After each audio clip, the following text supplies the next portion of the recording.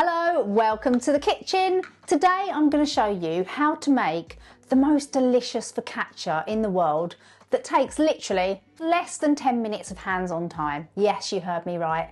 All of the work is going to happen mostly over in the fridge and just letting time do the magic. Just very few ingredients. Got some strong bread flour here. Into that I'm adding some sea salt.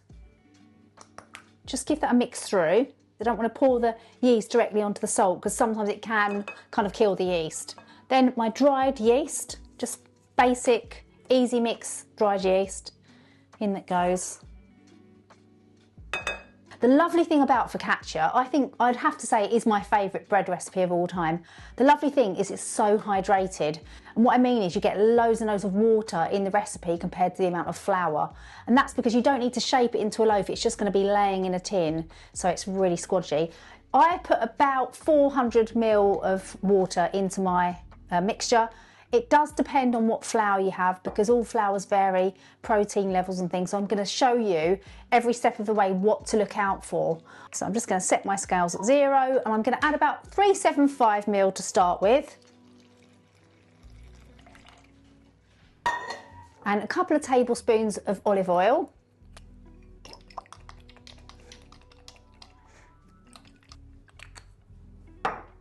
And now I'm just going to bring it together. So at the moment you can see it just looks very kind of like wet and sloppy. You'll be surprised how it comes together and it will look quite dry in a minute, even though there's a lot of water in there already. So you see it's looking very sort of like, you can see the mixture of the flour and the dough is all still quite separate. So as I've stirred that round, you can see still quite a bit of dry flour in that bowl, okay? So what you want to do is get to the stage where there's no dry clumpy bits of flour and it's very sticky. So I would say to add another couple of tablespoons at a time. At the end of the day as well, if you put a bit too much water in, it's very, very sloppy and sticky. It's not the end of the world at all. It's still going to taste amazing. It might just be a bit flatter and you'll just need to make sure you've got wet or oiled hands when you handle it. That's the beauty of this recipe. It's such a foolproof one. It doesn't really matter if you've got a bit, you know, a bit too wet or even if it's a bit on the drier side, it's going to come out beautifully. What's the most important thing is to look for all the stages as it grows and yeah, just through the process really. Stirred that round. There's about 400 ml of water in there. It looks kind of, I'd say again, like sort of shaggy porridge. It doesn't sort of stay together, it breaks very easily. That's because the gluten's not developed yet, it's just breaking off. Quite wet and sticky. I'm going to put a tiny bit more water in here because I like mine to be very hydrated. Now, this is a no-knead bread recipe. I am going to stir it thoroughly and then it's going to go into the fridge. You just want to kind of give it a good old mix now, just to really bring it together, make sure that's completely as one. And as you see, it starts to get sort of like a bit more stretchy as you stir it.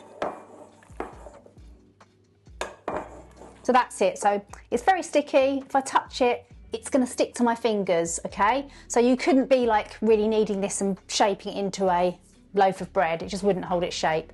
It's quite handy to have a bread scraper just to kind of clean down your spoon or the bowl. If not, you can just use a spatula. A rubber spatula is fine. So I'm just going to get all that off there.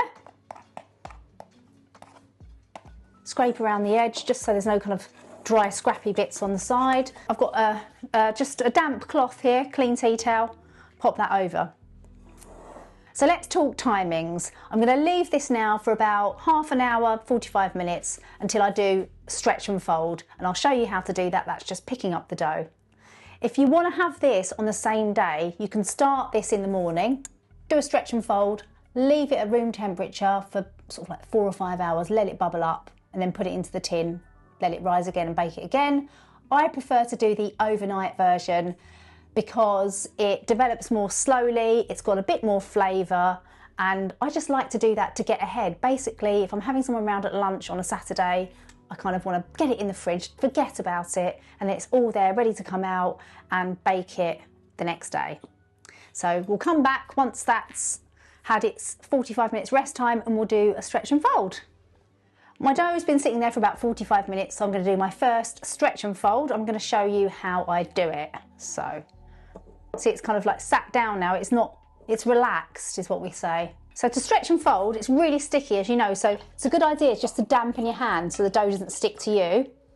So you literally just pick the dough up, lift it, so you see how it's not now breaking apart as it was before, and fold it. That's going to start to develop the gluten, help the structure, and add some air.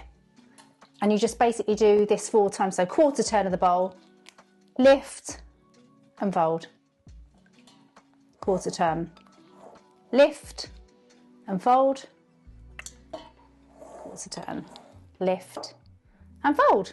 Now it's kind of looking a bit more dough-like. It's starting to become more of a homogeneous, connected together being. Right, so now I'm just going to cover it over. I sometimes, if I'm knocking about the house, I might do that a couple more times just to add a bit more air, but you don't have to, okay?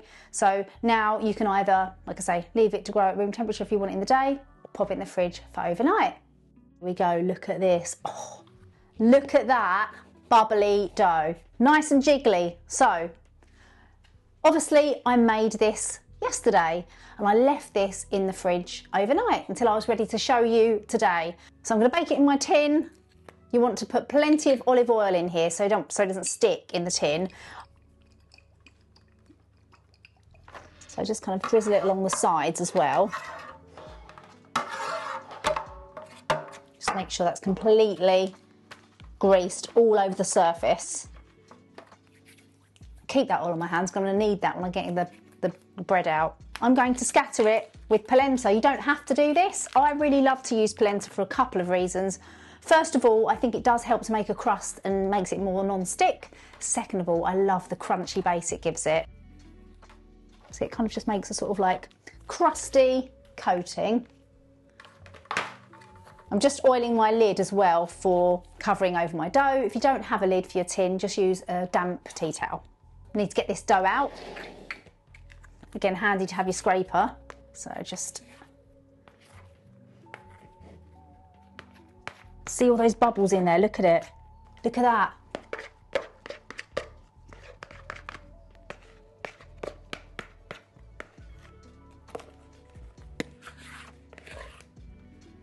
Bit of oil here, so I'm just going to knock it back a little bit, just get a bit of the air out, and this is going to help it to rise more uniformly once it's in the tin.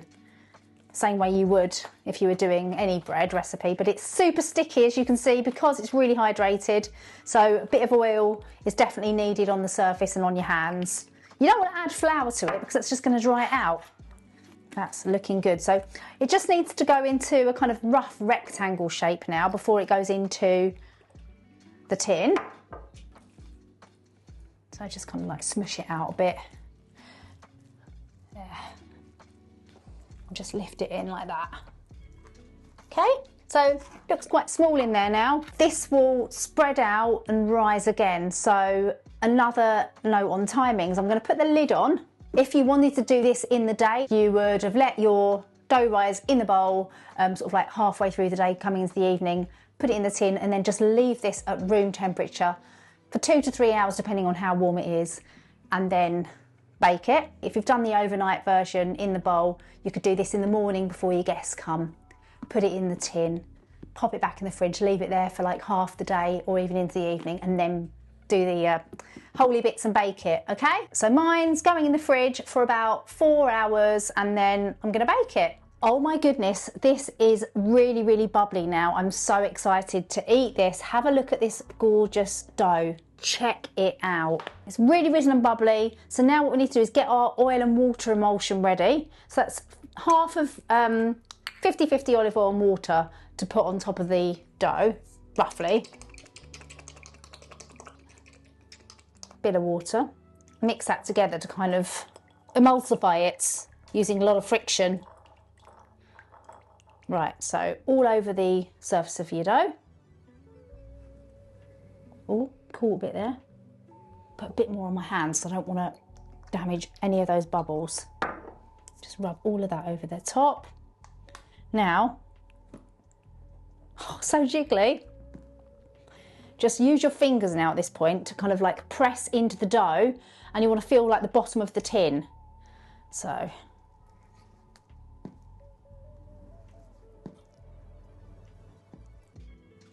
Oh my gosh.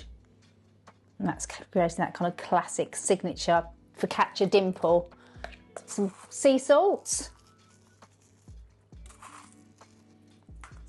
And some rosemary sprigs.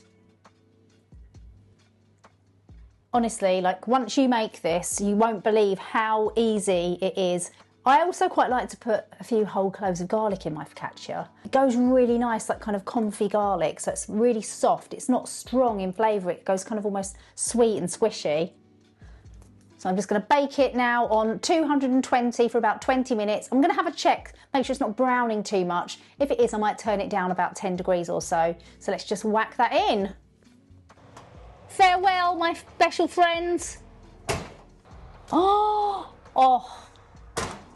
that smell hits you. Look at this. So as soon as it comes out of the oven, you want to get another load of oil and water emulsion and put that all over your hot bread. Listen to that sizzling sound. Just going to pour a bit of that all over there. Look at that. Absolutely gorgeous. What do I like to do when I have a nice bit of Italiano? A little bit of wine? Yeah! So I'm just going to let it cool for 5 minutes before I get it out of the tin. Hopefully it's going to come out. We'll be back in a moment once it's cooled down when I've got my wine. So I've waited patiently. I might have had a little half a glass of vino. So now it's time to get out the tin. It's quite handy to have something like a palette knife, so you can get a bit stuck on the edges. There we go. Oh. This is absolutely heavenly. See, where it's so hydrated, it's so squishy. It's still a bit warm, but I think it's safe to cut into it.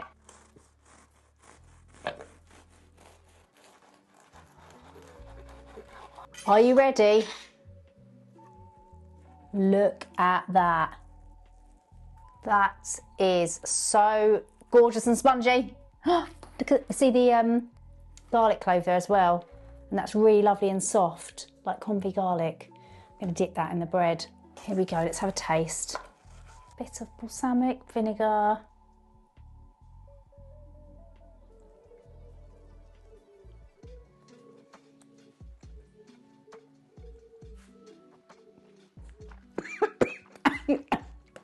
Breathe in the vinegar. It's so delicious. Everything you need to make this is down there in the caption or the recipe. It's one of the easiest breads you could ever make. I hope you make it. Let me know if you do. Enjoy. Bye.